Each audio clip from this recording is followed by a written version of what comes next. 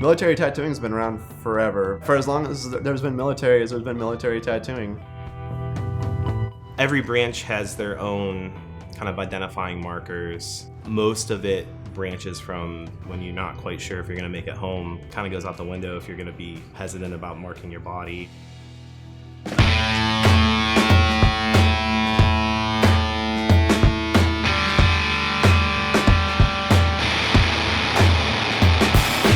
I think for American military, their history is tied with any other military, really. It's just a matter of a bunch of young guys being shipped off, thrown into a situation where they don't really know if they're going to return. That, and you're seeing a bunch of exciting parts of the world. You're being shipped off to these crazy foreign lands. You're seeing these patterns and designs for the first time. A lot of times you want to take something back with you. They can't really ship back a bunch of stuff with them, so a tattoo is the most practical thing that you can get and carry, and you can never lose it, or no one can ever take it from you. Not only was it a way to show where they've been, things that they've seen and done or accomplished in their careers, but it also just to show pride in their country, show pride in the fact that they are putting their lives on the line for everybody else. With specific designs from any time frame of military tattooing, there are some key ones that mean what they mean, and they're going to mean what they mean for the rest of their existence. There's different tattoos you can get for different places you've been, things you've achieved through your travels. There's anchors, I believe with swallows.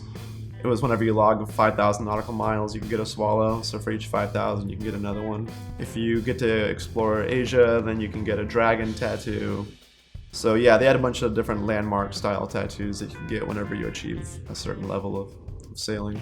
Rosa No Man's Land would signify the women that would help out on the battlefields, nurses and aides to the doctors. I'm sure a lot of these guys would be on the verge of death and be brought back, and the first thing they see are these beautiful nurses, and they are thankful to be alive still and enamored, so they would want to remember that by having a nurse tattoo done in a traditional kind of pinup style. The Navy really took the biggest part of the pie as far as tattooing goes. Sailors are very superstitious. They would get different things like the pig and the rooster on the feet.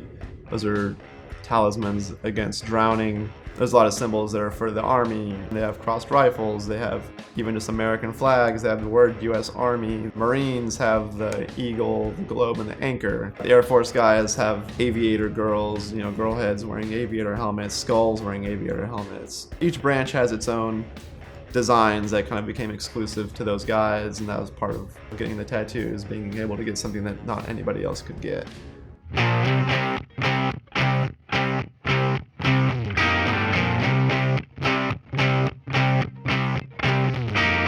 Sailor Jerry became a pretty important figure just because he really refined military tattooing. He really paved the way for a lot of modern tattooing. He was mixing different kinds of pigments, making different colors that people had never seen before, making them stay in the skin that people sometimes thought were impossible to work into a tattoo. And he brought a lot of people, not just naval or military service. He really kind of upped the game a lot during those times, and not just sitting in a chair cranking out tattoos. He was really pushing to move things up a little bit as well.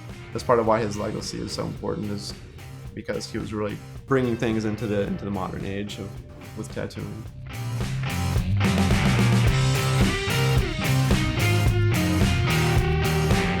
Military tattoos are so ingrained in the history of tattooing now that it's become just a pretty big chunk of stylistically what we do as far as the imagery. It's progressed to the point that most of it's being custom done, and so the designs are now pretty much limitless. The styles are limitless. Any war battle you can imagine, there's some kind of tattoo that came out of it or some kind of tribute to it on somebody's body somewhere.